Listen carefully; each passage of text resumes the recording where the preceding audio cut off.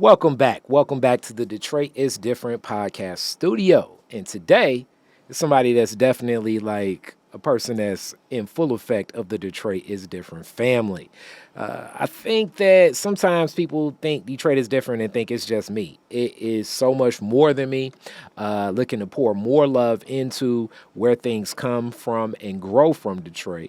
But there's somebody that is interviewing some political figures, some people in community, but a lot of entertainers and getting some stories that you'd be surprised these entertainers go through.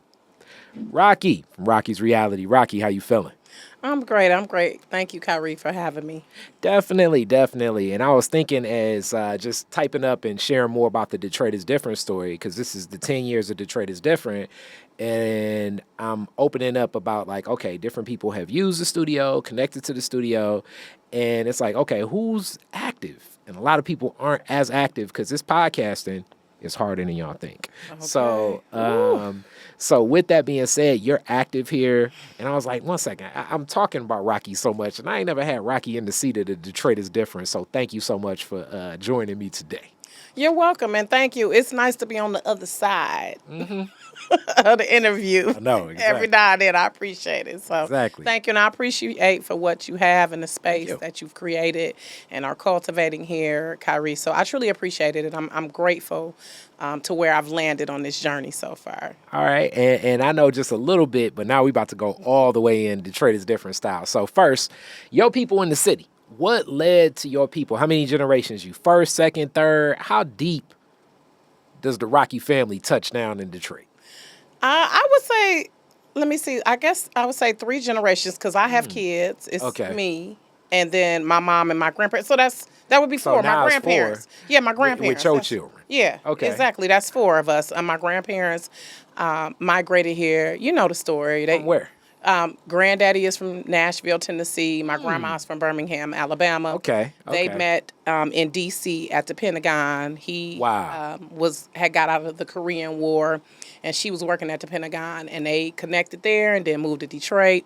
Had 5 children, and the rest All right. is history. So we got to stay there. Snapshot. We got to stay there a little bit because that's where we always start the Listen, Detroit is Different story. listen. So Nashville, it's not a lot of folks from Nashville in Detroit because Mm-hmm. Tennessee is a little bit more west, but Alabama and Georgia are just Listen, fluid in right. Detroit. So I definitely think, and then you say at the Pentagon in D.C. That Yeah, sounds like that's some where they high met. up. So let's really get into your grandma's story. Listen. Black woman working in the Pentagon around the Korean War. We hear so many stories. The How- 1940s, yeah. 1940s black woman working in the Pentagon. Yeah. What was that like? How did she land that? What was she doing? Gosh, Kyrie, I wish I would have asked her more about that. Mm-hmm. But you know, she worked at the Patrick McNamara building downtown Okay. for years. Y'all know the one off Michigan Ave. That's a federal government building, the Patrick McNamara building. It's Okay. on Michigan Ave. It's It was right across from at- Michigan Bell and what used to be Yeah. AT&T. So let's frame it better for Yeah. people. If you ever lost your social security card, Yeah, that was yeah, the building you went yeah. to, and it's like real government, like Yeah, she the was clearance and stuff. Yeah, she was Okay. a secretary. Right. She was a secretary, and so I'm not sure how she. Like I said, what I know snatches. So Okay. you know, she graduated from high school at 15. Started secretarial work. She was in Birmingham still, and somehow migrated to DC. Became a secretary. You know, continued that. Okay. And then when they moved here to Detroit, she was at the McNamara building, and my granddaddy was working at Paul's Cut Rate. If you know, you know. Okay. One of the old school drug and pharmacy businesses here, and he was a truck driver there for years. And so, yeah, I wish I would that's have what asked you her know. that. Now that she's gone, see, this is one of the moments where you have to remember to ask your people before they become the ancestors. Yeah, what you can get from them, but Yeah. that does already your grandmother's story already seems like one of Listen. those.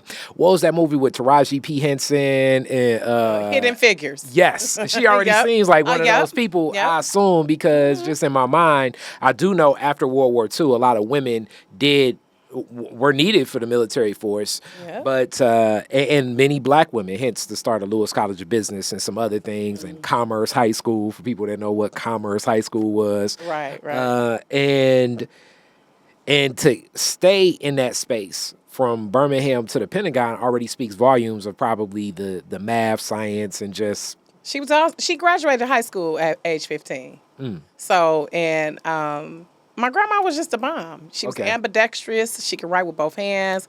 One She second, taught- time out. Okay, 'cause some people can you know what I'm saying, use a fork with both hands. You said right with both hands? She could write with both hands. And that's that old school writing. For all That's- you young people that write Yes, now. when we would write on the pen and paper, like a pen. Yes. Yes, pen and paper. And I still to this day, and that's part of what cultivated me as a writer and a storyteller, because she taught me my arithmetic, as they called it back in the day. She taught me how to tell time. Okay. She honed my education was paramount in our household. So now I guess let's go to what neighborhood when they got to Detroit? Where did they stay? Listen, so when they first got here, my mama, my aunt, my oldest aunt and my mama were born on Palmer Street.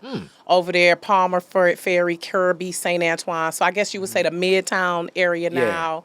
And they attended Scott Church, which was on Kirby and St. Antoine. So area. that era back then, what did they talk about the neighborhood? Because that neighborhood is complete. It's almost changed. I'm 40, about to be 42, and it's changed like 4 times. It seems like in my lifetime.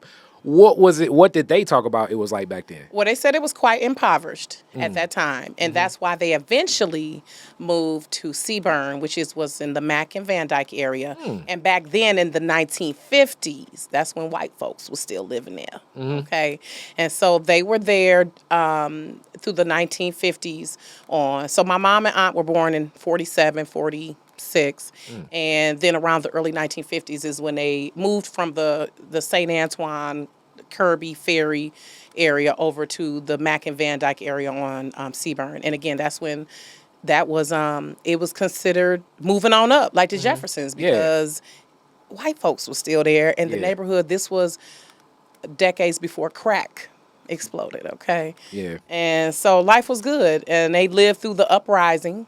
The riots. My great grandparents were visiting here during the '67 riots. The ones from Alabama, Yes, Tennessee. from Alabama. Oh, they was Big was Mama for the and Papa. smoke. They was there for the smoke coming from Alabama. Nah, probably. but Big Papa was like, when a bullet whizzed past his face when they were sitting on the porch, during, because it went on for several days, right? Yeah. So during one of those, summer nights when a bullet whizzed past Big Papa knows, he was like, us is going back to Alabama tonight. So that was their one and only time visiting here. And of there course, was some craziness down there. Listen, and we Down would there. right. He was used to that, of course, but up here, the north, you would think it's supposed to be better way of life. So, we went every summer to visit them. We would visit. Wow, I was gonna ask. Yeah. that. Listen, that's why I'm not into long distance drives. Flew me out. I like to get flued out now because every summer we would go down to Alabama and also Nashville to visit my Your grandparents' family. Okay. And I love that because that's, to this day, it has ingrained in me the importance of family and Okay. connecting with your people. But I'm over them 14, 15-hour. Right. So Alabama is its own, because it's Alabama is for sure, like the relationship I say between Georgia and Detroit and Alabama and Detroit is very strong, but sure. Nashville is a little bit more unique. So I'm guessing you probably got cousins in Chicago and Sure do. some out of LA. Actually, my and husband's everything. family has a lot of Chicago peeps. Now, I don't know about too much West Coast. We do have some folks in Jersey, and I do have a cousin on my father's side who stays in San Francisco. Okay. But a lot of my family was concentrated in Ohio as well. My mother's side of the family. Grandfather's side of the family, my father's side of the family, I wasn't as close with them. So I'm not sure of theirs. I do actually, my great grandma on my father's side, actually, she's from Mobile, Alabama. So again, we're still that Alabama. Alabama ties. I had some East Coast, a little bit of that. But I definitely, my husband now, yes, I have family there in Chicago. Okay. And now his family's from New Orleans. Okay, and that So, makes perfect Louisiana, sense. listen, That and his make- father. yeah. So, we all mixed in there together, right? Okay. And Rocky's flying out. Look, I'm Not no not riding driving. in. No. My daughter talking about, my daughter goes to Spelman and she's talking about we're trying to get her a car and she wants me to drive back with her. to Atlanta with the car because my husband will be out of town, and I'm like, I can't. Mama can't do it, baby. You going to ask somebody The else. all the old rides. Yeah. All the Yeah. old rides probably. And see, this is y'all was probably listening to Mahalia Jackson and Yeah. See, yeah. Mighty Listen. Clouds of Joy. Okay. The Williams brothers. Okay. Listen. Different type of car ride. That was Listen. before GPS. Baby, listen. The Johnny Taylors and listen. Chicken and grapes. Listen, okay, fry that chicken up, and we would leave at like 2, 3 in the morning, and get down there. We would always stop at either Perkins or Shoney's, okay, and Big Boy. Yeah. So it was definitely. I do miss those times for sure. That taught you really about family. And of family, your mom and dad. What side of town when you were coming up? Where were you at? Were you all like in the same footprint? What was your background there? Well, actually, my parents are not married, so I was raised primarily by my mom, but my grandparents, my mother's parents, lived next door to us on Seaboard. Ah, so you were one of them kids. I grew up. Listen, we was getting it out the mud, riding my bike to Belle Isle. You know what I'm saying? I'm from that era where we was walking to the store. Opening up the fire hydrant for the water, when the swim truck would come past. So I grew up primarily on Seaburn between Mack and Gothey. And people know I'm an East Sider all day. Like, I'm proud, born and raised. But like I said, life was good before crack hit. And then I moved, when I was 16, my mom moved to Southfield. So we kind of moved on up again. But by that time, I was 16. So let's talk a little bit, because I'm one of those kids. This was my grandparents' house, my grandma's room here. And it's a different experience when you're the kid that grows up like close, and you already kind of said like in the writing and everything like that. My grandma was retired by the time we were born, so we had different experiences with my grandma than all my other cousins. Was your grandma still working? Was she retired? She worked up until, I would say she retired. I was about 11 or 12. Okay. So I still had some good, but even while she worked, I mean, I still was over there baking cakes with her. I was still over there washing the greens in the washing machine with her. I was there a lot because my mother worked. And my mother's a nurse, and so she worked midnights. And so a lot of times I would stay at my grandparents' house, So one of those overnight. kids Yeah. and grandparent, and it's a different. I know for us at least, and I only can imagine for you. It's a different type of strictness. Yeah. Oh yeah. Definitely. They were definitely on it. And my granddaddy was the type, you better not ride on his grass. You better not, and then especially as I got old, because as a teenager, even when my mom moved to Southfield, because I was going to Cass at the time, I stayed with my grandparents. So yeah, it was definitely strict. And with us, you better come with street lights. You better have your foot on the step. So, but my grandparents were loving more than anything, and especially now in this day and age, I see why their strictness was necessary. And I mean, and you mentioned your mom is a nurse during this time, registered which nurse, is being an RN is beyond what's admirable. I mean, nowadays it seems like that you're gonna probably interact with an RN more you're gonna interact with a doctor. Exactly. Okay. What do you remember what it was like just seeing your mom in that journey, and what hospital? Well, she was a single mother primarily. My father was in my life, and my sister's dad was. They were intermittently in our lives, I would say. But just watching my mom go to work, 12 hours shifts. That's why a lot of times I would be at my grandparents' house. Sometimes watching her work, her full-time job at Detroit Receiving Hospital. And she was at Receiving? Yes, Okay, for years. okay. Yeah, and it was some stories with that. So she worked there. She's worked at Sinai Grace. She's worked at Gart. She's pretty much worked at all the hospitals within the Metro Detroit. She's done some time at Hustle because even when she was working full time, she worked in a nursing pool where she would pick up shifts. She's done in-home care. So, I mean, my mom has been a nurse over 50 years. Wow. So she's ran the gamut of nursing. Now she's currently a school nurse through Southfield Public Schools. But just watching her, just working hard.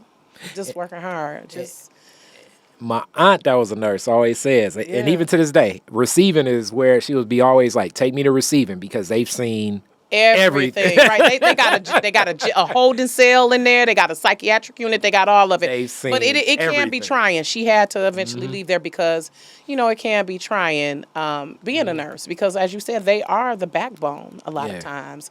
And my mother serves the role of the caregiver in our family a lot of times. She's the one who Yeah, I if know. someone goes into the hospital, we call, and she's into holistic health as well. So she's not really a proponent of. She's the one who tell you try to stay out of the hospital. Don't let them cut on you.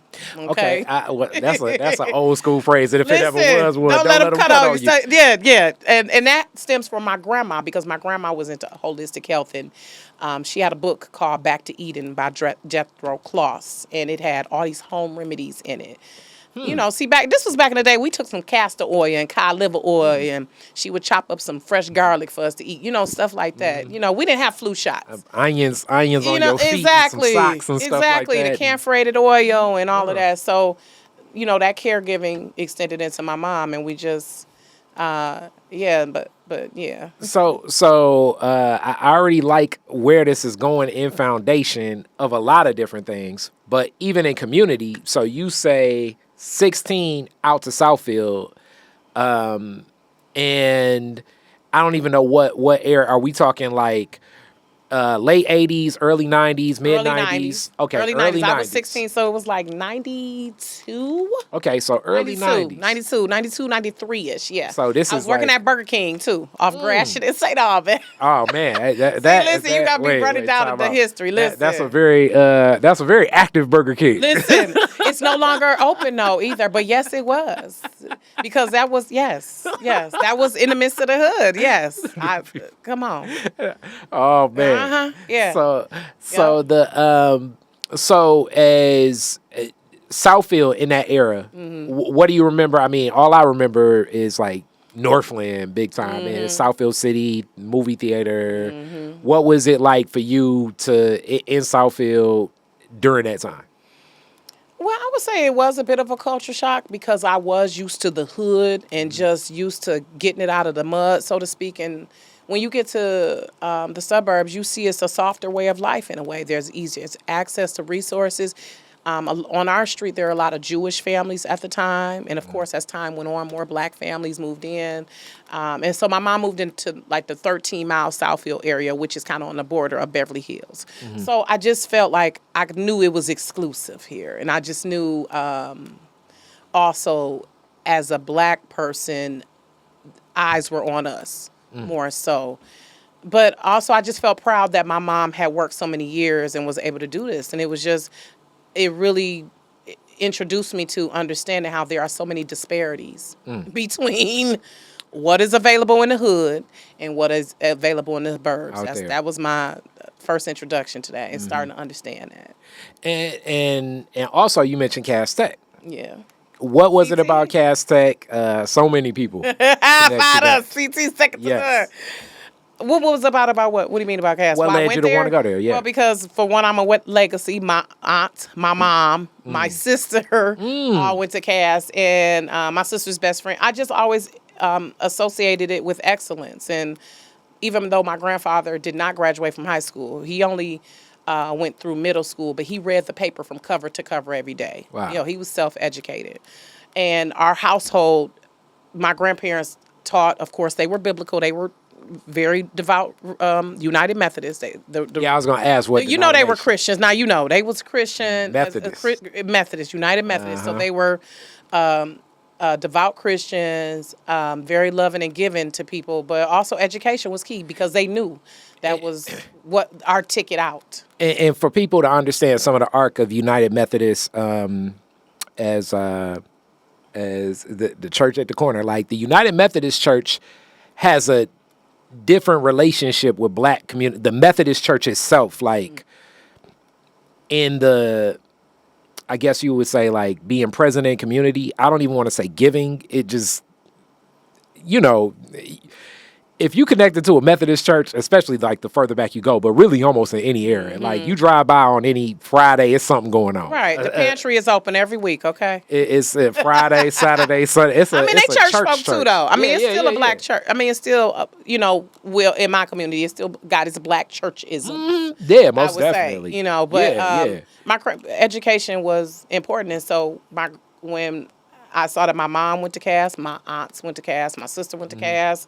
And, my big sister, I looked up to her. Okay. So I just naturally Even though my neighborhood school would have been Kettering or King, I just knew then my family always taught us to aim for excellence. Okay. So That's that's where why. you go. And I wasn't the typical cast kid. Let's be clear. I wasn't the skinny, light-skinned, cutesy chick. I wasn't really, and it trips me out when people say you were popular back then. And I was like, I didn't really see myself as popular. You know, I always knew people, but I didn't have the confidence that I do now. So I really didn't relate. I was definitely the awkward fat girl in high school, you know. So why did because we you- know cast is a kind of an elitist type It mentality at definitely- times. it you know, definitely can be. So I wasn't the typical cast tech kid, but I felt proud to be part of that legacy. So what made you feel like the awkward kid, and then furthermore, how did you start fitting into your own ways from being, I guess, the awkward kid or getting in your own way? What was it that's like, okay, nah, this is what I'm doing and this me? Well, I mean, I had been overweight since I was 10. So, you know, when you're an overweight kid, that's awkward, period. Because we know in America, especially, being fat is stigmatized. It's all of these different things with it. Just like and just like in the black community, when people say you're too skinny. In white America and in the general world, when you are overweight, you're going to be teased. So that was the awkwardness for me because I knew boys weren't going to like me like that. That was back in the day before men would admit that they love some curvy curves, okay? It was all the, you know, like you said, a little light-skinned, cute, you know, nice little 36-24, 26 pit perfect. And it was back in those days where beauty standards were still so narrow and European. So I saw that in the media, and I saw that how it played out with the kids I interacted with. So that contributed to me being awkward. I could see that, and I mean, me, fat kid too, so I know the You know, we had to feeling come, yeah. So all but- through elementary and middle school, I was like that. And then when I got to cast, I wasn't necessarily teased, but I just wasn't. You didn't I feel still didn't as feel comfortable welcome. in my skin until I got to college. Is when I really was like, oh, Okay, you're here. What college did you go to? University of Michigan in Oh, Ann you went to Arbor. Go University of Blue, Ann Arbor. yes. Okay. And so yeah. What same thing? What made you say I want to go to U of I M? mean, I just always, we know it was associated with excellence. And I just, my sister's best friend, Corey, went to Michigan. And I was just always was like, we are kids from the hood. I was just like, for me to be a black girl from the east side of Detroit, to get into Michigan, I just always, and then at Cass is college prep. You know, and they always let us know. Now, I did apply to Michigan State, too. I was gonna Let's say be clear. most I kids from did. Cass. You know the Yes. story is Yes. Cass goes to Listen, State and Renaissance listen. goes to U of And M. I did. That's the story. Yeah. You know. I did apply to Michigan State and got in, but I actually declined their admission once I found out we had what's called on-the-spot admissions at Michigan, and I mean at Cass. And when that lady slid that certificate across the desk to me and said, "Welcome to University of Michigan," I was like, yes. And I think it's just like things that get passed down to us. And I guess in a way it lends to, in a way, respectability politics, where we are taught that if you associate yourself with certain things, then you are going to be viewed as excellent and great. And so University of Michigan represented that for me at that time. I didn't realize the greatness of HBCUs. What era we're talking like late 90s, early 2000s? 93, 94 actually. Okay, 93. So Because I you're graduated there. when I was 17. So you graduated early as well. Yeah, because I got Okay. double promoted.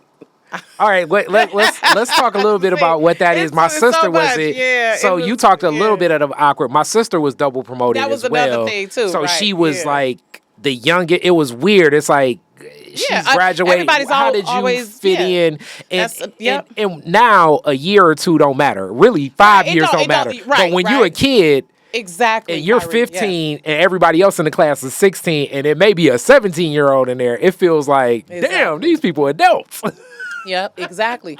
And so that's probably part of that awkwardness that carried with me as well, because Yeah. at the time, actually, I was attending a Catholic school on the west side called Our Lady Gate of Heaven. It's closed now, but it was on Chicago and Metatol, and I was skipped from the first to the third grade. Wow. So I skipped the second grade. So yes, I was always someone, and that's part of what's lent to how at times I can communicate and resonate with people older than me because I'm used to being, and my sister's 6 years older than me. So I'm used to that's being kinda around kids who are older than me and learning how to, catch up in a sense. And so that all carried over. So yeah.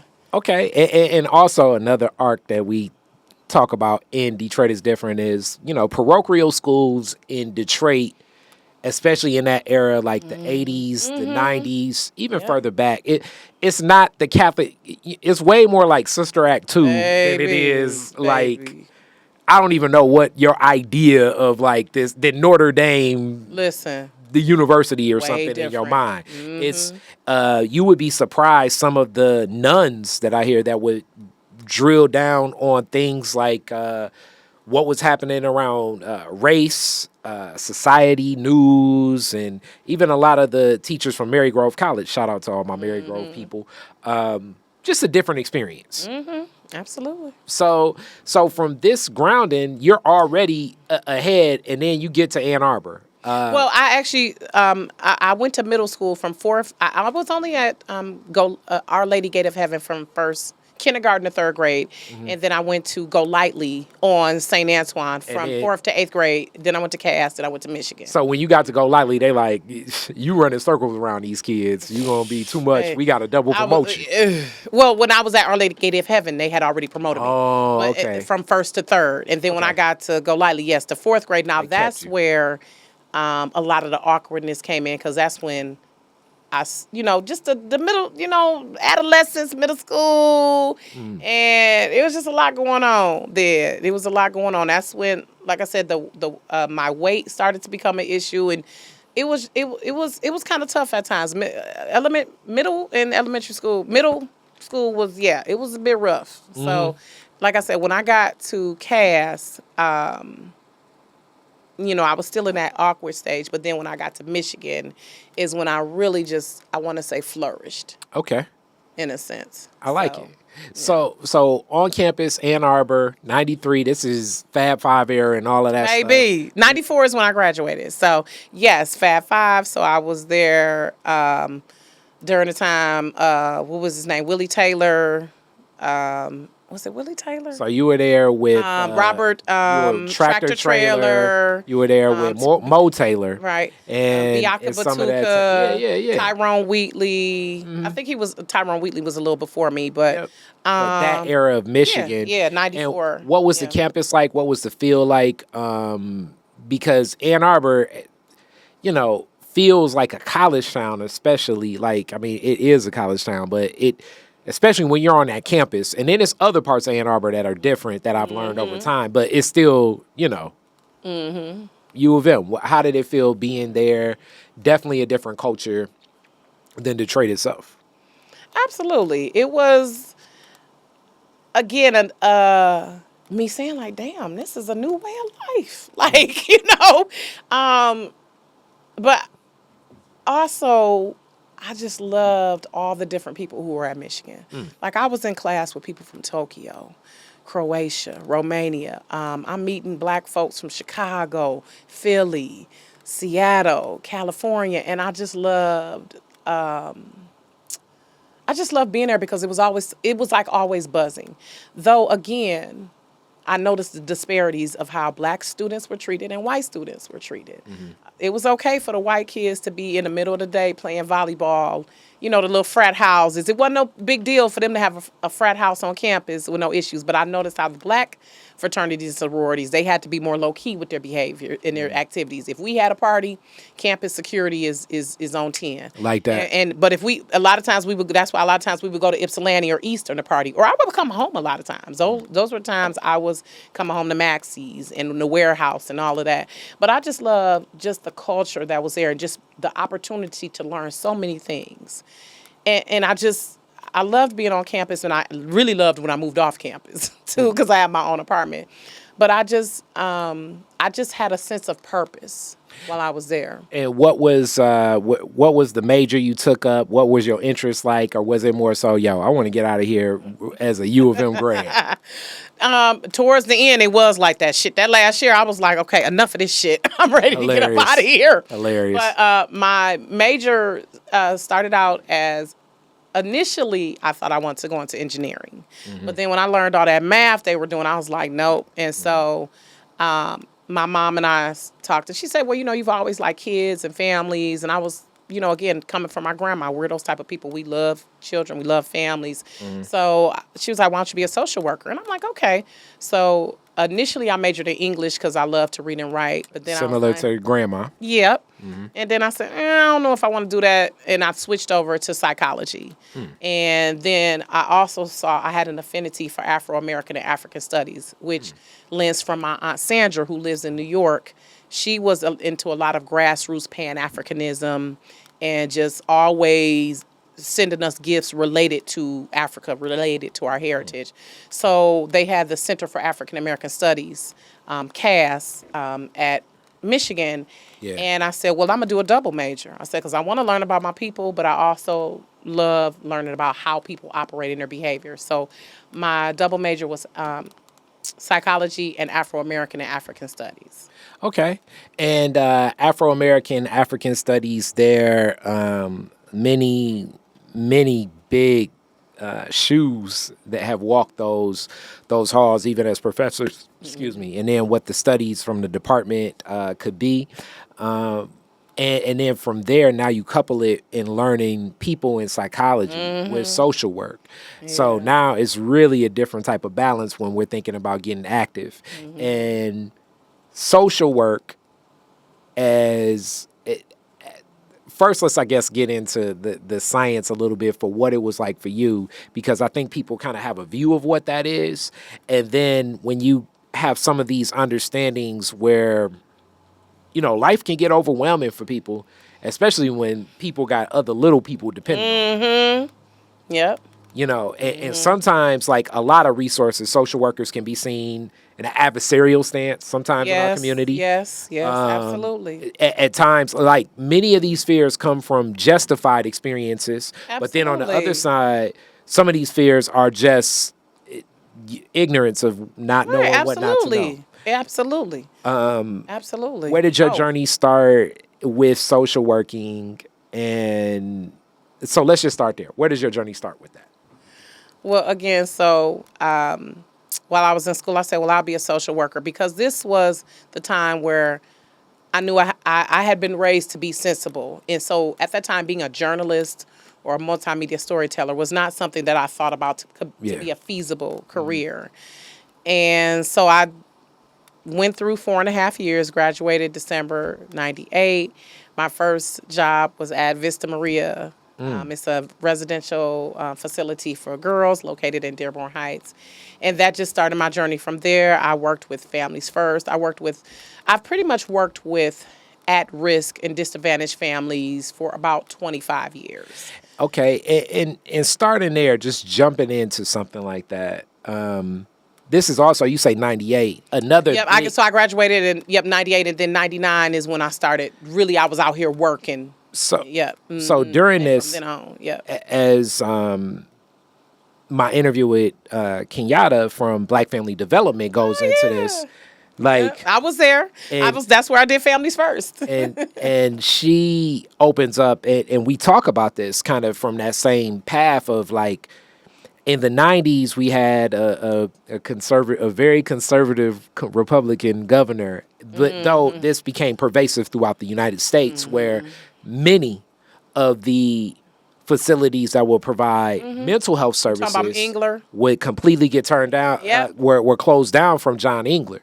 So some of this, like, when we were kids, like, people would almost be joking, like, they gonna turn you in, like, as in, like, you would go to a mental health facility, which this was kind of when I had this discussion with her. Like, in my mind, just from the outside in, it seems as though things shifted from, okay, let's shut down these facilities and let's use drugs to solve problems that counseling, at times, something a little bit more holistic, obviously, could not solve. And it's led to other challenges in systems of disability, social work, family aid, that are like kind of being solved through something that has still been a gap. Exactly. And it's hard to say, like, really your whole career has been that gap of watching that. It's just treating the symptoms and not the root cause. And that's mental health is definitely a large part of it. And also, as I said, because I have an uncle who's paranoid schizophrenic, by the way. And so mental health has been a continuum for a long time. Even back in the 60s when he was committed to the facility, this was when they were still doing shock therapy. And again, that was because my grandparents were ignorant and didn't realize. What was And going on? because therapy was not promoted as a modality as much so. So working with the families that I've worked with, I've worked in delinquency prevention services. Families First is an in-home service for families who children are at risk of abuse or neglect. And so through my time, I've seen that a lot of times it's about the quantity and not the quality of care. Because when it comes down to it, it's big money in it, unfortunately. And so that's why a lot of these organizations, and it's a systemic thing, because it's a snowball thing. If I don't give you the education that you need, or I don't give you the grief therapy, or because how many families do you know when someone dies, they say, "Oh, we're going to grief therapy." I would No. say No, none. no, they keep going, right? And so they might start abusing substances. And then I'm stressed out because my kid has special needs. And I don't know that my kid has special needs.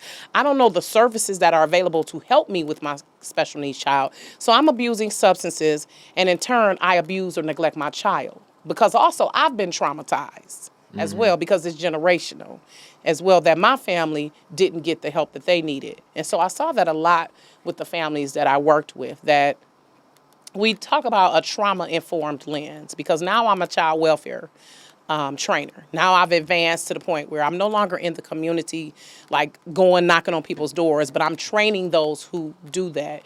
But I still see some of those same issues being recycled. And this is why local elections matter. I tell people, of course, we're in a hoopla about who's going to be the next POTUS, but we really need to be looking at who are our state reps, who are our Congress people who are making decisions about what gets allotted to our neighborhoods. Just like Detroit Public Schools is a perfect example how it's been a pervasive issues with the system for decades. And when you go to suburban schools, and that was what I saw when I moved to Southfield, how those schools had so much resources. They had so many things allotted to them. And so working in my community really taught me that it's really a lot of disparities. And I really had to teach people how to advocate for themselves and access resources that were not widely talked about or disseminated. I like that you definitely opened up that lens so much in this story, because for those, classic Kari, Detroit is different rant. For those like living in a neighborhood like this, I remember a couple summers ago, it's like 4 cops. You can see like a lady walking with a cop, and it is one of my neighbors had her 2 of her children taken away, and Yeah. and the shout and the yell, like I remember it to this Yeah. day. It's like damn, I never heard a yell like this. Heart-wrenching. Now from the outside in, just being a neighbor, and I'm not necessarily saying that. I mean, I don't even have children, and Lord knows I'm not making myself out to be like the perfect parent or whatever. But there were definitely certain things that you could see that are associated with resources needed in that household that are not getting there. Exactly. A lot of it pervasively through the scarcity of the poverty that just exists, and then trying to make those same decisions. Like it's like the snowball starts rolling down the Exactly. hill, and Exactly. and I If don't I'm even not know if I'm not emotionally equipped, because no one wakes up, and this is the thing, let me be clear, and I've let people know this. Children's Protective Services, their goal is not to remove people's children, despite what the public thinks. Yeah. Okay, and there are a lot of their goal is to preserve the family. But if you've serviced the family and they are not benefiting from those services, then we have to get to the point where the court steps in. However, the unfortunate thing is a lot of times social workers are battling against budget cuts and a lack of available resources in a timely manner.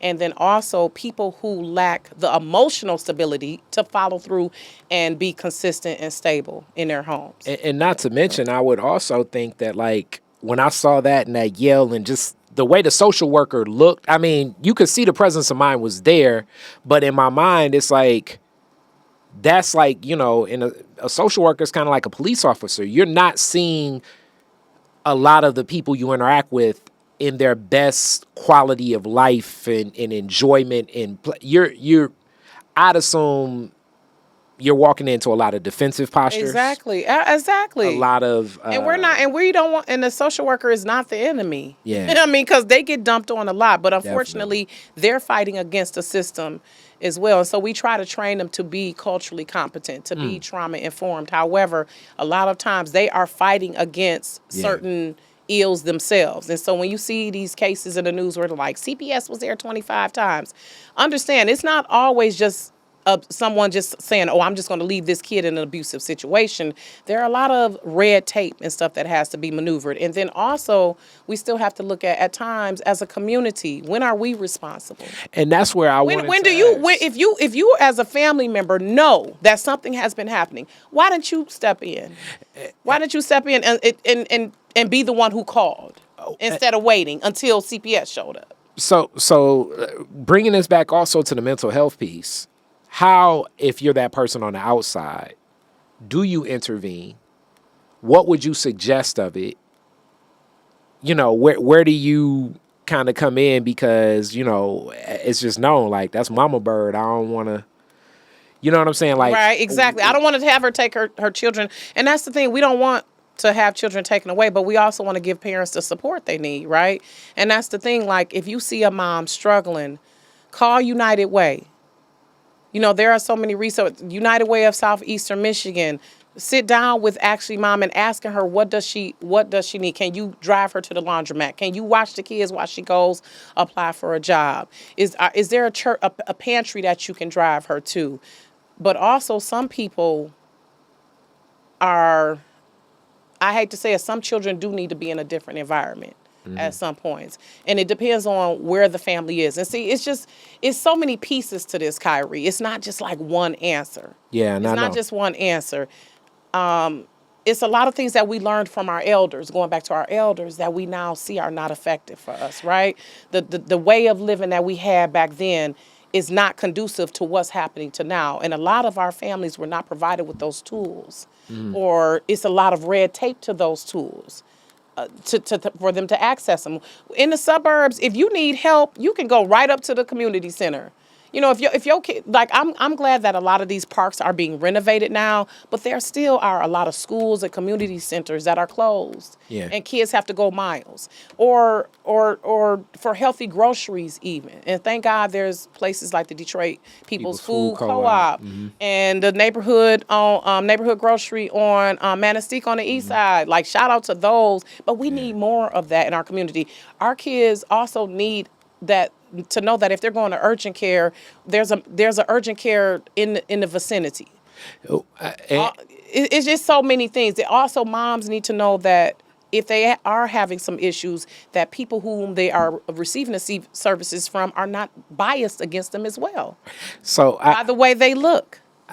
So it's very hard too, because a lot of times people don't even know they're living in dysfunction, because this has been a way of life from them. A lot of them are surviving, not thriving. They just trying to get through. They don't know nothing about no grief therapy or getting an IEP for their kid, or certain medications like brain mapping and brain therapy. That's a neuro, acupuncture. They're not aware of all these alternative things and resources that are out here. And then when they do access them, there's just a lot of red tape they have to jump through. So, and unfortunately, we live in a social media era now. That's another piece we putting on this, because now our families have to filter that social media aspect of their kids seeing things on TikTok, or their kids, they're learning about different ways that just further contribute to the dysfunction.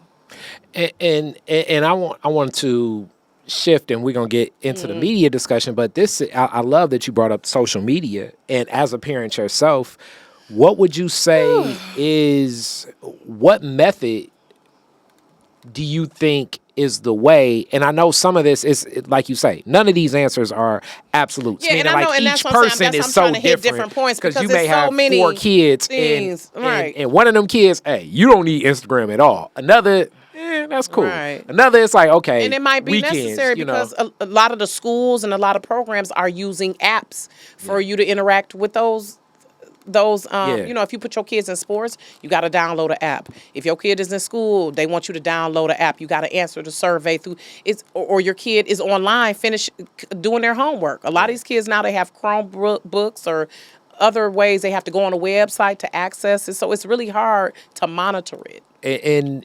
And with that, I'm sure just the social experiment, I'm sure that just our society in general, social media has transitioned everything, but Yes. it's also ways to respond in community work. Like shout out to Leia in Fort Detroit, and a lot of their crime prevention has been associated with making sure that they're intervening on a lot of the social media accounts, not like flagging people like the police, but more so intervening like, yo, let's try to get in contact with these people. Let's try to die this down, because so much can fire off like so fast, like Exactly. immediately, to the point where like even the celebrity younger people, you'll look up and they'll be like in an anger rant. Like I love boxing, so like the boxer Shakur Stevenson, it said like last week, because people were saying like his fight was boring or whatever. I mean, within 4 hours, I think they say like he shot off like maybe like 150 tweets or something. Oh, wow. So in my Wow. mind, it's like that. I know I'm not saying like he's at that moment. I assume his mental balance is Sounding a little manic. He sounded like he Yes. was having a little episode there. yes. A little episode. And you sitting And by see, your homie yep. and they doing that, Yep. or you like, hey man, keep doing that. You in the car with John Moran, or you like Yep. go live, or you like, hey, I think we should go to the crib. Exactly. And that's the thing, knowing when to temper it off. And I mean, I struggle with this at times too, where I'm like, I gotta cut this off. I gotta, it depends on what it is if I'm gonna have a filter. Because I'm just me. It is what it is. And whoever support the brand, either you rock with it or you don't. And that's where like I guess I look at it a little bit differently, and now that lands us right where we at with what you do with Rocky's reality and media, because I think from a lens, and I may be lying to myself too, but I think when I put on the Kari Frazier Detroit is different hat versus the Kari Frazier, I'm in my family, I'm just in my neighborhood. It's like a whole different, like it throws people off. Like when they say like, what do you want to do? I want to go home and rest. They be like, for real? Because if I'm out, it's like a little bit of on. I'm going to bump into some people I know. It's going to be, which I enjoy it when I'm mentally ready. But if I'm not mentally ready, I don't like jolting into something. Exactly. Yep, that social battery can get worn out very quickly. Especially when you're an activist. I absolutely know what you're talking about, because that's the transition from me being a social worker to a writer and a story. Well, I've always been a writer, but into someone whose writing is out here publicly, and as I say, a multimedia storyteller, because I'm a writer, I'm an editor, and also I've been on video, on air as well. At times, I have to say no to certain events. Like I have a girlfriend. Her birthday happened, and she had a weekend event. So they did some Friday, they did some Saturday, then they did some Sunday. And I was like, I'll see y'all Sunday at the brunch. And so I saw the young ladies on Sunday, and she was like, girl, I know you be busy doing stuff. And I was like, because they were like, well, where were you Friday? I was like, girl, I was at home. She was like, well, I know you be busy. I was like, no, actually, I was choosing to rest. Yeah. And that's what I've had to learn to do with social media. At times I'm a tap out. Now I'm very active on there. And of course, but see, I come from the generation that was before social media. So I guess it is at times not as hard for me to switch personas, because this is just who I am. And I know at certain times I have to be aware of my audience, depending on them. People have seen, like, when I have certain shows, I'm, of course, going to be more on point than others. Like, for example, when Hill Harper was here, of course, I'm going to be more erect and on point, even though he was a relaxing interview, than if I'm here kicking it with Swifty McVeigh. Yeah. You know what I'm saying? I know how to switch and transition for that. who the interview is. And I've always thought of and I don't know whether you maybe take like it or not. I look at it like in the magazine era of like the Sister to Sister magazine. Jamie Foster Brown. Yeah. And like, but in podcasts, that's kind of how I see what you do, because sometimes I will pick up a Sister to Sister like, damn, this is really deep. And then sometimes it's like, okay, this is more tongue in cheek, more pulse, but still a level of trust that the Absolutely. people And you're integrity. interviewing Absolutely. have, because you have a Absolutely. great connection where the person you're interviewing, I can tell, like, has a level of trust with the Right. relationship to go. So Absolutely. I stand on that, Kyrie, and I'm glad you noticed that because definitely I can be tongue in cheek and be bullshitting, but people know even in that there's going to be always that element of truth and honesty. And I try to base it on facts. I try yeah, to always just like my upcoming guest is going to be Dr. Rose Moulton, and she is a clinical psychologist. And July, if no one doesn't know, with all the other madness going on, is National Minority Mental Health Awareness Month. And so I always definitely love to make sure I'm bringing that value of element of educating, and that's part of the purpose of Rocky's Reality, to be unfiltered and unapologetic about culture, entertainment, and relationships. And that means, of course, we can have the fun times with the celebrities and the singing and all of that, but also I want to bring some things to the forefront, so to educate our people from the inside out so is my goal. and I also just, love that work and that balance. What was the trigger to say, okay, from the writing to, because it's a lot of people that write and are great writers, but they never reveal it to others. What was the first pitch where, like, outside of school, amongst the general public, where it's like your writing was something that it's like, oh, people really like this? Um, it started, I guess, when I was working in Families First. My supervisor was like, when I read your reports, it's like I'm reading a book. She was like, Interesting. because I would put quotes in there. It's like I always saw my families as a story that I had to tell, and I was a part of their story, and I wanted to make sure that their story was better after I left it. Yeah. And I guess that's my mind. I was always reading books. Like I would check out 10 to 12 books a time from the library as a kid. Like You was like the Cat yes, Williams for yes, real. I was one of that kid who I would have overdue book fees because I would check out so many books. And people in middle school to this day know they never saw me without a book. They always see me. I would have my school books, and I was always also have book. And I just, as I moved into social work, I felt like I had, a lot of times people don't have people to advocate for them. I knew a lot of them were silenced, voices that had been silenced, especially poor black mamas who on crack or whose sons have been in and out of jail. Those stories were just so prevalent. Pervasive. Mhm. And I was like, I got to figure out a way to tell their story in a way that shows them as not just some object, as a human. Okay, I Yeah. want to stop there on shout out my homie brother Dr. Yusef Bunchy Shakur now, but his whole dissertation to become a doctor is that relationship, as his mother and many mothers sometimes do. At one point in time, said, "Look, the state got to take him because I can't." What and this is often brought up, that relationship when that mother has that son in our community. Yeah. And just trying to find those resources. And I like that you said, like, sometimes it's silence because on the outside in, and really that's usually what I'm associating with myself. Like, what could Finding those resources while also battling the outside forces. Yeah. Because as a mama, I might be getting beat on. I might be healing from sexual abuse trauma that I've had. Yeah. On top of that, because I'm not just a mama, and that's the thing that we forget. Mamas are people too. Dads are people too. And this is my thing that I've learned in social work too. I don't discount the dads.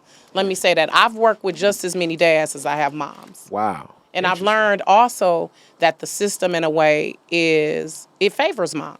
I would It does. assume It's society, naturally because that's our society We assumes always that the look at kid the woman is as with, the primary yeah. person. So Yeah. I just learned it, and my work in social work helped transfer to what I do in media, because really it's about figuring people out. In a way, when I'm asking someone and interviewing them, I'm trying to get to know who they are behind that music. What prompted them to make that song, to write that lyric, to connect with that other person or artist, or to do their hair a certain way, or just whatever. That's the psychology in me. And so with Rocky's Reality, going back to what made me get into writing is throughout my social work career, that was really honing my skills of storytelling. And I had always wanted to be on radio, though. That was always in the back of my mind. And so remember, when I went to Michigan, I wasn't comfortable comfortable enough to say, I'm going to go on a radio broadcast. Yeah. And my family would have been like, oh, hell no. Wait, but Yeah. because I come from that type of traditional family. So that's why I was like, I'm going to go to school, be a social worker. And so when I got out of school, I always still loved writing and reading. And I loved media and movies. I was always, a music media. I'm the kid taping the stuff off the radio, like from FM 98, Mason in the Morning, all of that. I was, Lisa, all these people I followed, Frankie Darcell, all of these people I always just admired, and I always just wanted to be somehow in the media, but I didn't know how to do that. And so when I got into social work, by this time I had got married, I was having children, so I was living the, American dream. Right, the American dream, exactly. I got my 2 kids, and so as I got further into it, I was like, I don't want to go back and get a master's in social work because I was like, I don't want to do this the rest of my life. And I knew I could still help people without getting an MSW. I was like, I can still help people. I don't have to continue this social work, my education. And so it became an opportunity for me to go back to school. And my husband was like, well, why don't you go back to school for radio? And I was like, well, where would I go to school for that? I don't even know. So I got on Google, like, careers in radio, and Specs Howard popped up. Specs Howard popped up. And I was like, okay. I was like, let me get Sally Mae off my ass, too, because, you got to get back to school so you don't have to pay them loans back. And from there, but also at that time, too, with social media, I was following different blogs. And I was like, well, how can I get my work out here? And I would contact different blogs, and I would submit, like, guest posts. And I just kind of started that way. And I was like, oh, my stuff can really... And so when I would send it to friends or whatever, they would be like, wow, this is outstanding. And they would just... My mom and aunts would read it and just give me feedback. And I'm like, damn, okay, I didn't know. I didn't even realize that you were writing like this. Right. I've just always just... Because it just for came a while... naturally to me in a way. Because you honed it in that world, which... They're not reading the cases. I didn't even know. And this is the thing. This is how God works. You don't know how he's preparing you for that next step. Because when I had my daughter, I started off the record, Jesus. I was the music and movie lady, okay? I was doing a little, my little hustle. And so that's also what honed my skills, because I would do mixtapes and I would learn about the artists. And also my mom, I just was always a music person where I was always learning, like you said, I'm reading Sister to Sister, Word Up, Rap Pages, The Source, Ebony, Jet, Essence. I'm always, taking in all this information as well. And so we had an assignment where we had to create a blog as part of homework at Specs. And I created Rocki's Reality. And I'm like, okay, it's a blog and I'm just going to start posting stuff. And I was like, well, I still want to get my stuff out here. So I submitted something to For Harriet. I don't know if you all are familiar. For Harriet is run by, oh my gosh, Kimberlyn Foster, I believe it's her name. And it's a really socially conscious website featuring, stuff about Black women, about our Black culture, and just all these things. And I wrote an article called We've All Been Mary Jane. I don't know if you used to watch the show Being Mary Jane on BET with Gabrielle Union. I remember all the post-it notes. Yes, That's and what I just remember. and she was a journalist. She was an on-screen journalist. She was a TV journalist, and I just admired how the show tackled what we were going through in real life. It was one of them shows that always had a storyline that reflected what we were dealing with in the Black community. And so I wrote about that, and one of my cast tech mates. Shout out to her, Portia Monique. She reached out to me and she was like, would you like to be a contributor to Rolling Out magazine? And I'm like, yeah, I guess. And so it just snowballed from there. I started contributing to Rolling Out.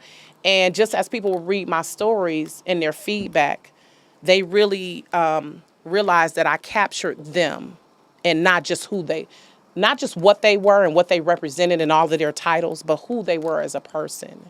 And it would just touch me when they would email me like, oh, I really appreciate this, and this was awesome, and da-da-da. And I always prided myself on the art of writing, making sure it's correct, making sure that I'm not just doing any fluff. And so my craft is still growing, and writing will always be my first love. And so as I'm going through Specs Howard and I'm finishing that up, I'm like, well, now the world of podcasts, I'm like, well, I've always wanted to be on the radio. And I found myself, Detroit is a big market. So once I graduated from Specs, it wasn't necessarily easy to try to just go get a job at WJLB or 92.3, right? Yeah. And so I saw all those different limitations in politics, getting into traditional radio or terrestrial radio, as it's called. And I said, well, I'm going to do a podcast. I said, that way I can say what the fuck I want and do what I want. what You you know what I'm saying? want, And because I knew that had to be, and that's why I liked radio, because it was a form of expression.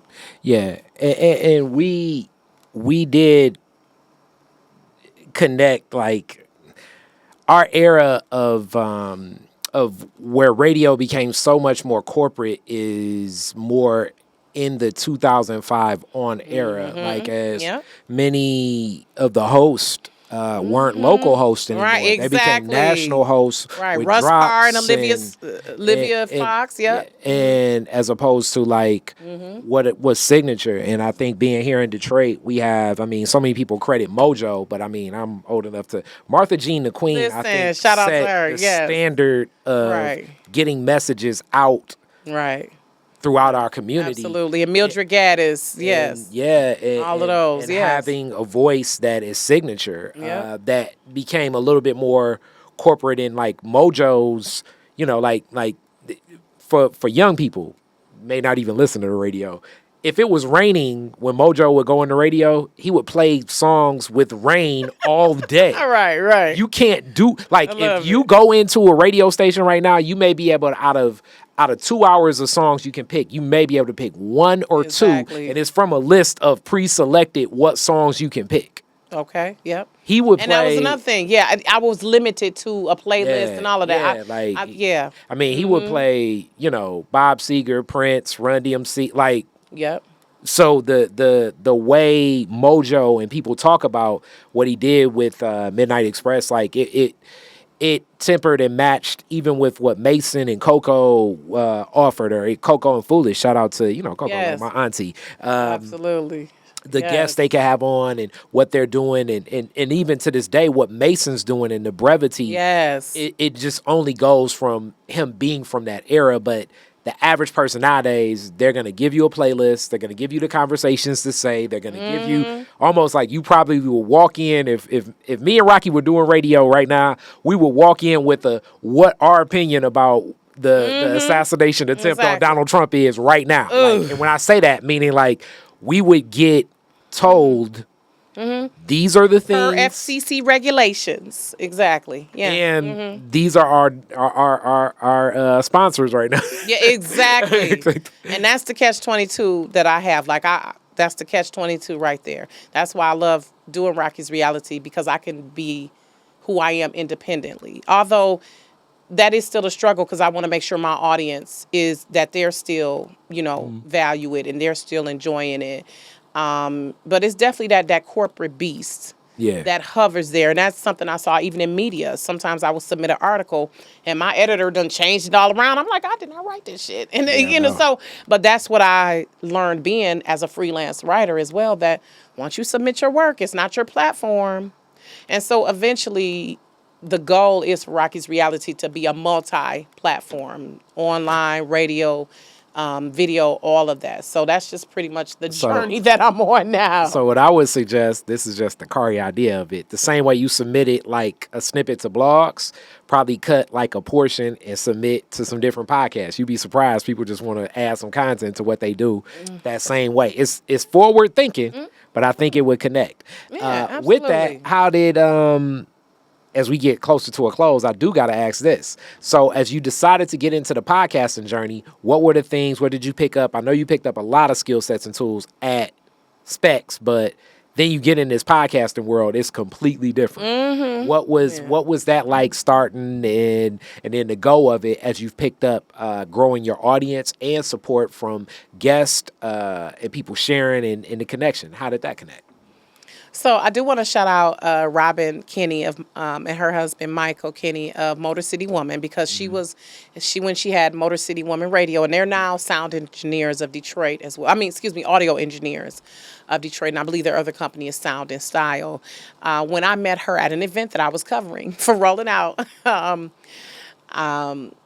I met her and I saw that she had the radio network. And so I was like, let me start my own thing. Let me just get out here and do it. And so I started out with, I had notes and I'm typing notes and I'm, Just being like so, Specs Howard. You right, came being up so, Specs. you better Yeah. make sure you on point and just, Yep. it was really much more rigid when I started, but I always knew that I wanted to have guests that were from Detroit as well as national, international guests. But I knew that I always wanted to center the stories of Detroit, because also rest in peace to my boy Marlo Stoudemire. Detroit has talent. Like you said, Detroit is different. We're dope. And I love being from Detroit. And I loved how we were doing so many magnificent things here that needed to be elevated, needed to be broadcast. And so that was my goal. But also the social work part of me wanted to educate our community. So that's why my topics range from blended marriages, open marriages, women's physical health, estate planning, the legalization of cannabis. So things that I knew that would be hot and sometimes polarizing topics, because I am that type of person. We got to talk about it, because I feel like we be in such a little box sometimes. And so I started out at Motor City Woman, and I started out where I would have like 8, 9 guests sometimes. And it's a growth process. I had to learn, like, okay, because at my job, I had been used to facilitating these meetings with Larger groups. Exactly. Yeah. I was used to talk. I was already comfortable with talking to larger groups, and I'm like, okay, the more people I can have at the table. But it just taught me also how it's not always about me as well, and being humble at times when people tell me no. When they don't want to come on the show. I get a lot more no's than yeses, but a lot of this has taught me perseverance and just staying true to myself.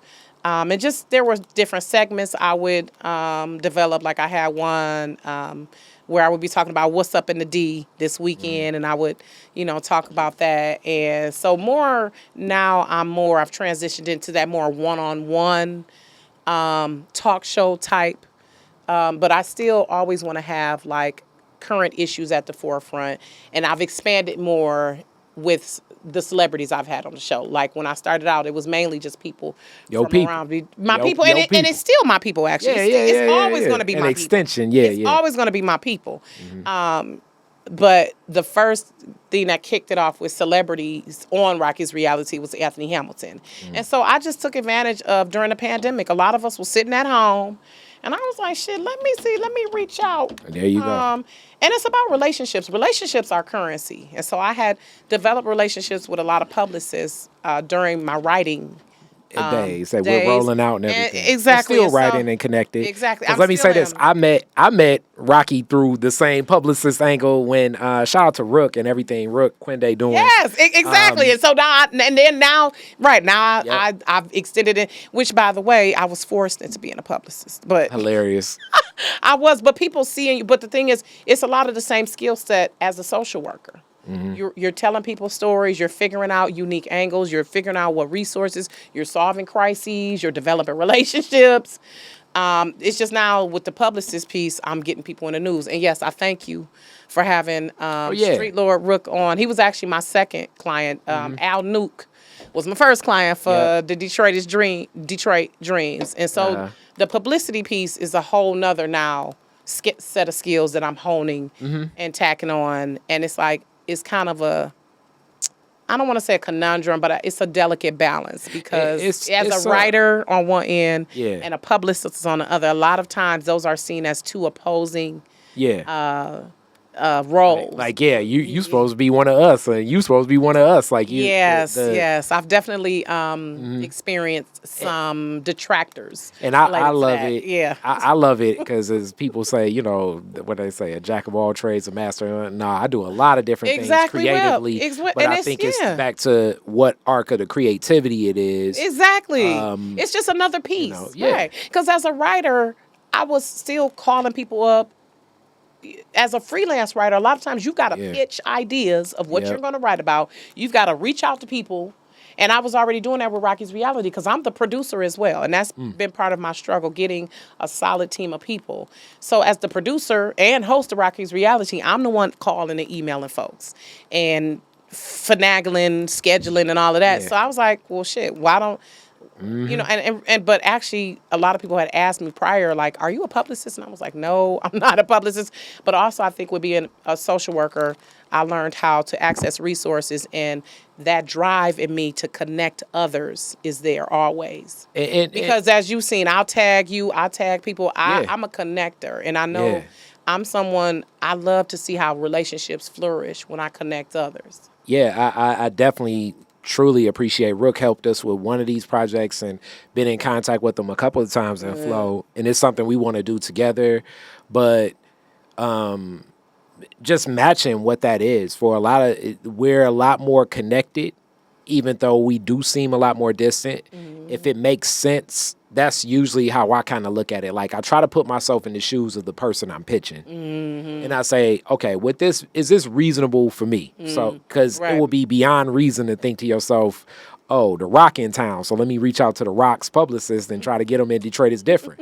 That's far. But if the Rock was in town looking to do, like, even though I don't see this at all, but let's say for Listen, whatever let's put it reason, out there. the Rock was gonna play Coleman Young in a biopic. Now he needs to ingratiate himself with people more connected to Detroit Right. community. So now the Rock being on Rocky's Reality or Detroit is different makes more sense within scope. It's that rhythm in media that matters too. You know, do they have a new album? Do they have a new movie? Exactly. Do they have a new book? Right. Because people are like, can I come on the show? And I'm like, okay, you got to have something going on, or you have to have some input on what's happening. Like I said, when I had Mompreneurs in May, that's the show for mompreneurs, and we're also Yeah. then in June it was Black Music Month. So Yeah.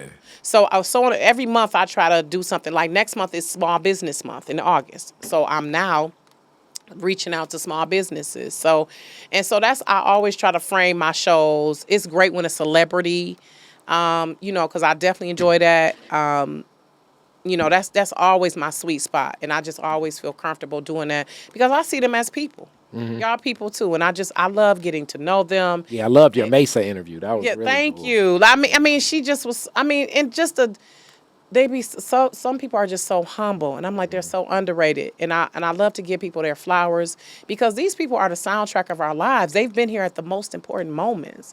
Like I was telling Eric Benet, which I interviewed him for thisisrnb.com. So I didn't interview him for Rocky's Reality yet, but that was for thisisrnb.com. But I just remember when I was in college listening to him. Like you have been a part, you know, these different people. I like to let people know how they've impacted our lives in a way. So that's part of what I love about it. And I just love my people in the city, how we just are so eclectic. I mean, we just are so dope, and just the shit that we do in Detroit is just such a underrated gem. Like, Definitely. I love to be here seeing the evolution. Like, I'm a kid of the 80s. You know what I'm saying? I remember when crack was booming, how neighborhoods looked before crack came, and then as we came out of crack and we came into these, you know, the Dennis Archer era, and you know, all of that. I've lived through all of that, and it's just amazing to see what we're doing, and I just love shining a light on that. And now that I'm on the Soul TV platform, which has over 2 million followers, like somebody was watching from Guyana the other day. So I just love touching people in different parts of the world and showing them like what Detroit That's has cool. to offer. That's cool. So with that, classic Detroit is different questions, and then also let the people know Rocky's Reality, how they tap in. Rocky's Reality is Thursdays, 7 to 8 p.m. You can either tap in on, and that's ROCKI' Reality.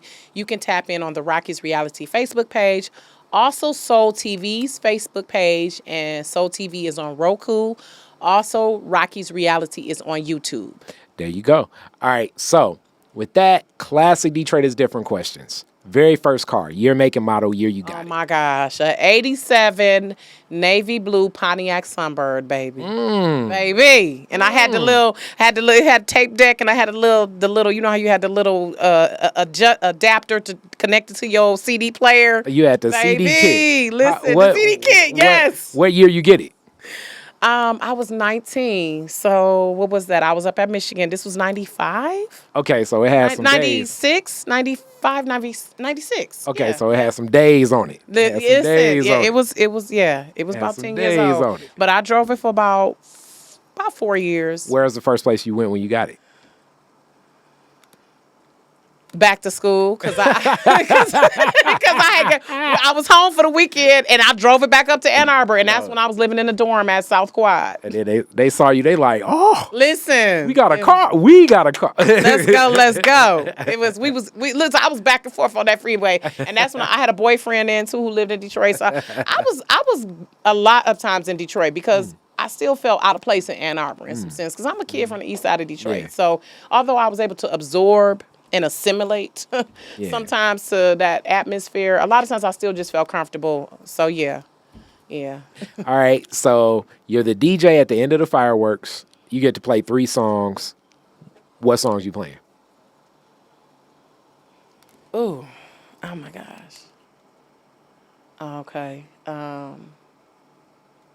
So this is as people are leaving. Yep, The it's fireworks? the end. Okay, As by Stevie Wonder. Okay, I like it. Oh my God, I love me some Stevie Wonder. What else is another one?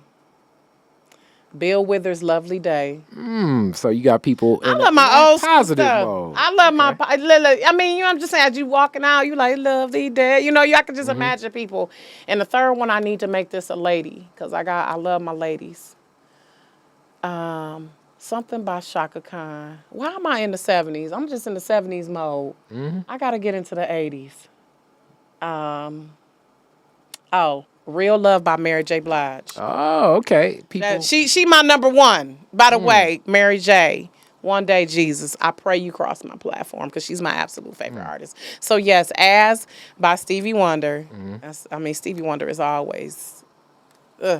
Lovely Day by Bill Withers and Real Love by Mary J. Blige. All and in a writer's form, all wonderfully written records as well. Classics, okay? Yeah, very, Classics. very, Classics. Yeah, it's like As it's so interesting, that song. It's like a lot of that Stevie Wonder catalog. It's like the older I've gotten and I really read that. Yes. Like when that song, I selected that Yes. song for my mom's homegoing. Because it's like I was reading, I'm like, okay, this lyrics is. As around the sun, the earth keeps revolving. Yes. I love when he be like, until the daytime, 8 times 8 times 8 is 4. Like, it's like, Yeah. I played that at my wedding, actually, when we were walking back up the aisleway because that's how I felt like I'll be loving him. Well, I'll be loving him always, like no matter what. And it's just like Stevie Wonder, it's just a feel good. That was one of my favorite interviews. Like I got to interview him. It was part of a press conference or whatever, so it wasn't really one-on-one, but they had the street naming from Milwaukee and Woodward. They had the street naming, and I covered it for Rolling Out and got to meet him. And I stood next to him and I was like stiff because I was just like in awe, like, oh my God, fucking God, it's Stevie Wonder. So, but this is a trip. Like the A-list people be the most humble. Yeah. That's what I'm finding. But he was he was like, how you doing? I was like, oh, I'm good. Like, how you see me? I'm just Beautiful man. I'm handsome. He's a living legend. Somebody check on Stevie Wonder, baby. These the legends, okay? So We need to preserve the legends. Last question. You could rename Woodward after one Detroiter. Who would it be and why? One Detroiter.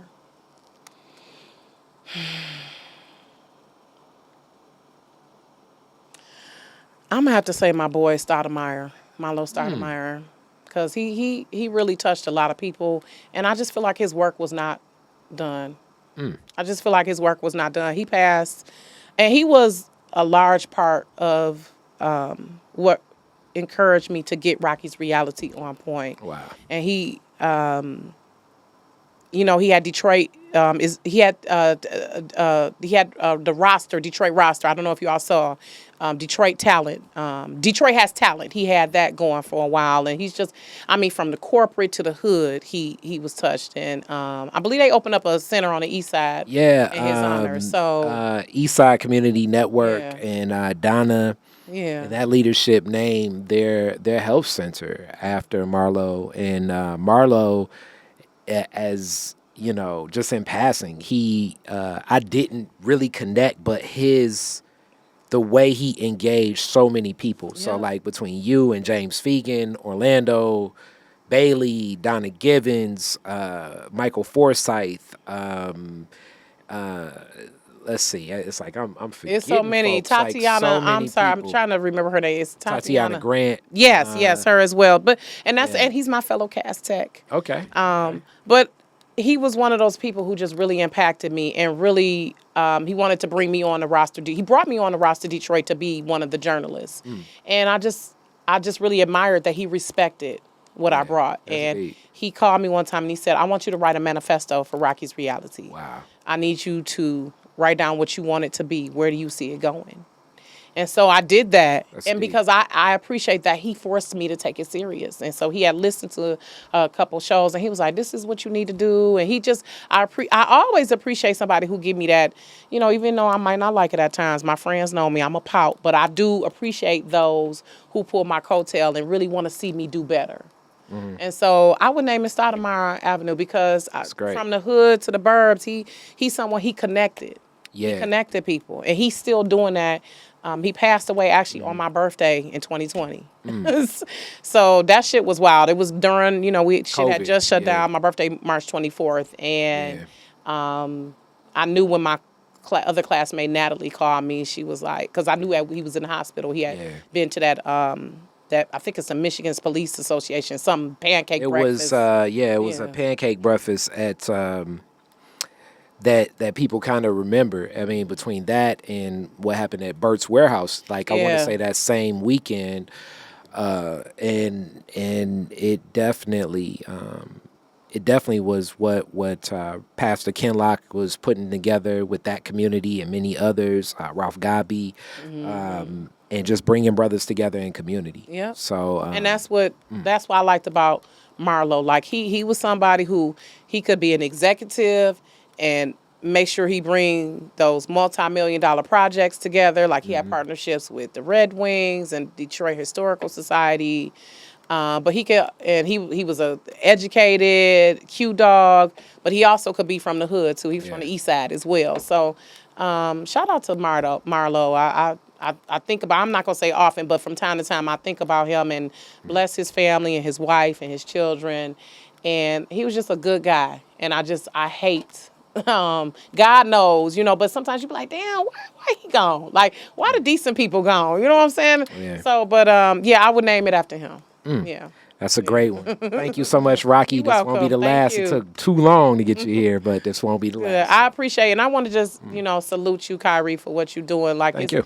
It definitely takes a lot of perseverance and discipline to do what you do. And I mean, when people ask me what you do, I was like, I can't. He do everything. Shit, Hilarious. I can't even. Yeah, I I'd be can't even wondering fully myself. explain it. He just magnificent, and Thank you. I'm glad when I see our black men out here doing this. And this is also why I like to have people on my show to show that we are doing the work. Yeah. We are doing something of value. We not just out here on TikTok and Instagram bullshitting. There's people out here who really giving a damn and doing the work. So I appreciate you. And I want to thank you so much. And I received You're that. welcome. And I'm glad that you've been able to take the platform to many places where I thought others could.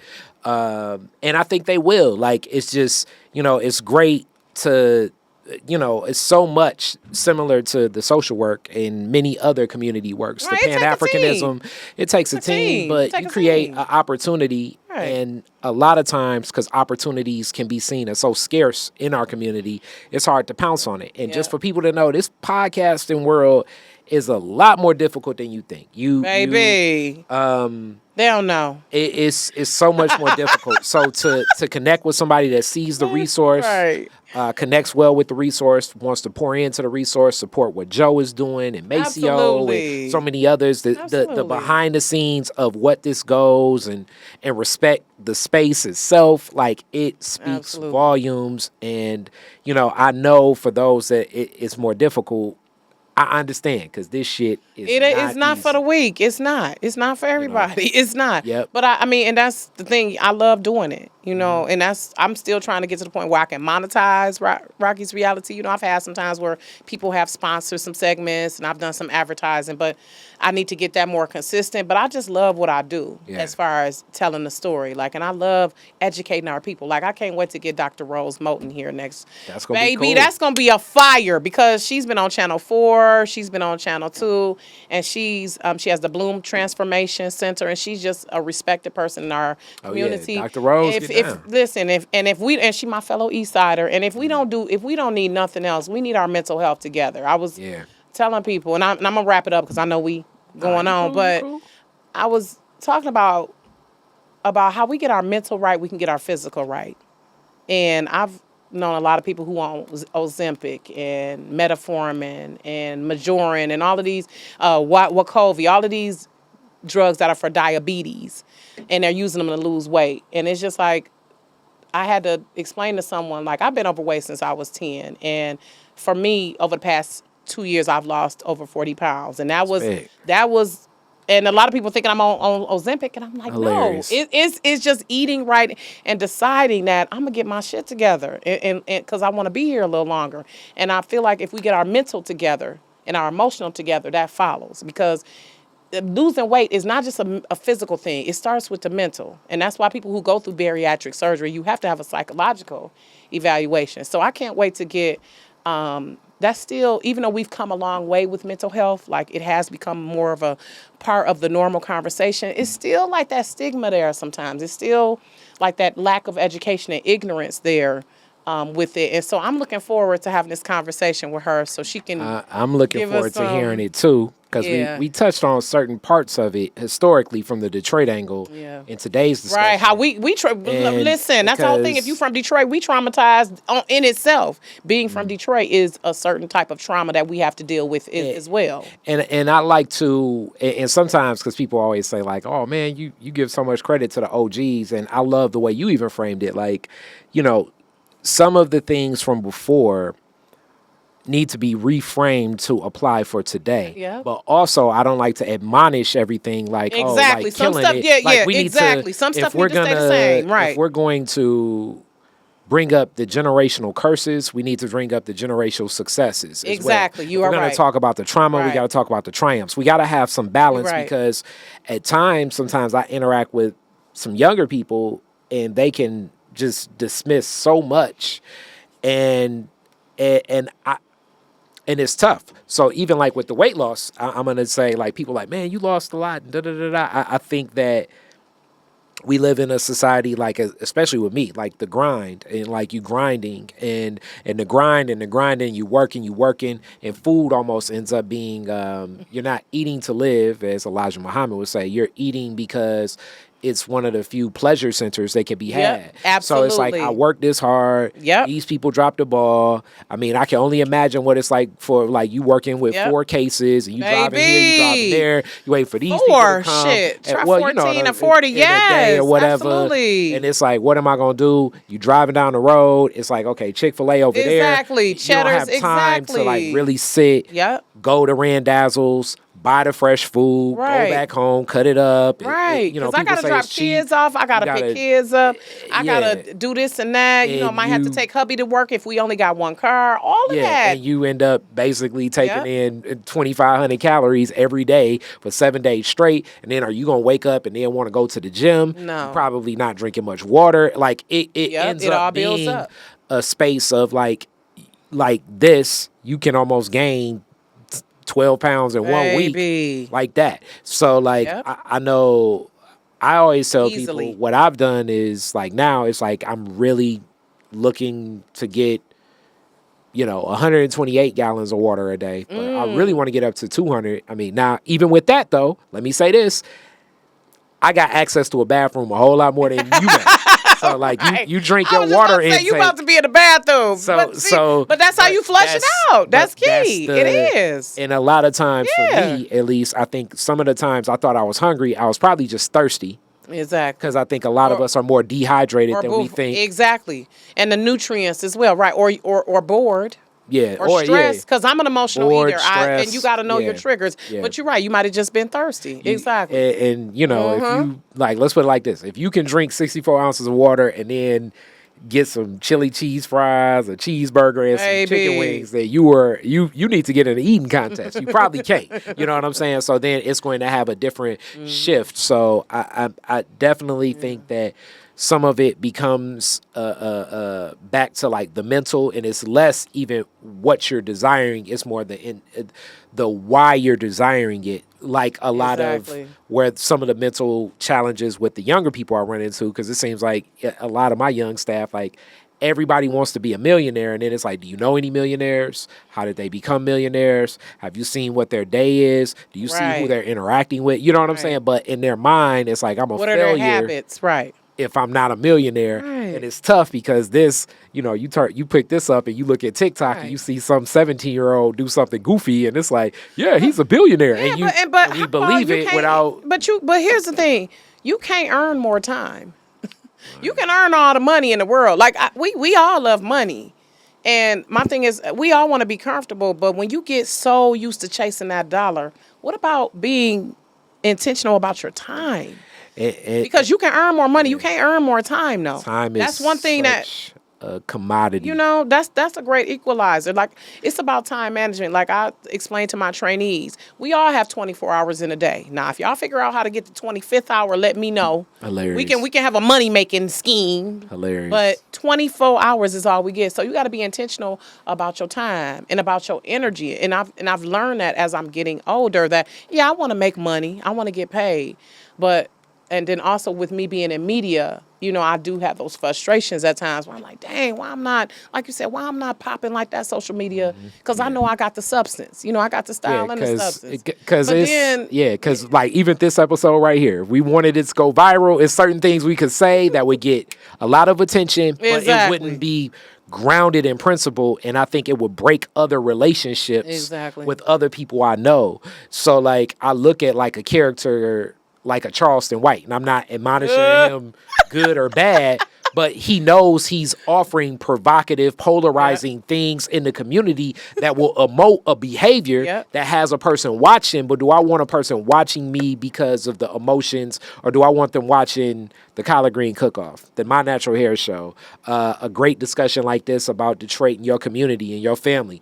I'd rather get 15 watches on something that I think has substance and value that I see than to get a million watches on something that's shot value garbage. And trolling.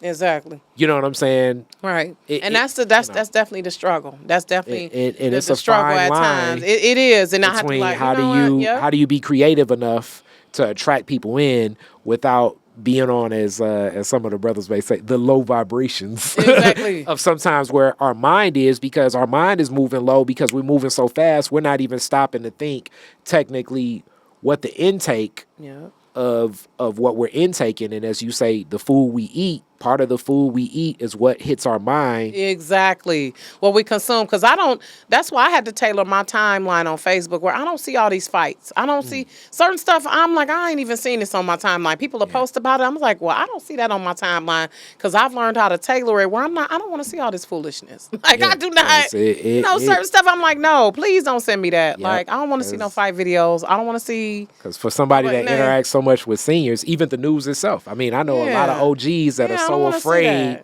Then I don't want to see the videos of my parents beating on their kids or all of that type of foolishness. You know, just certain stuff. You have to be mindful of what you consume, definitely. And that's why a lot of times people will send me stuff, and I'm like, I ain't even see this yet, because it's just not in my algorithm. And that's in your purview. And definitely. So with that, we're gonna definitely pick this up. It just a side discussion. Right. Thank you so much, Rocki. You're welcome. Thank you so much for all you offer to the city, and Detroit is different. Absolutely. You too. Thank you. Peace. Detroit is different is where you get information, artistry, history, music, and even comedy. Detroit is Different, a home for the culture of Detroit. Visit online at DetroitisDifferent.com today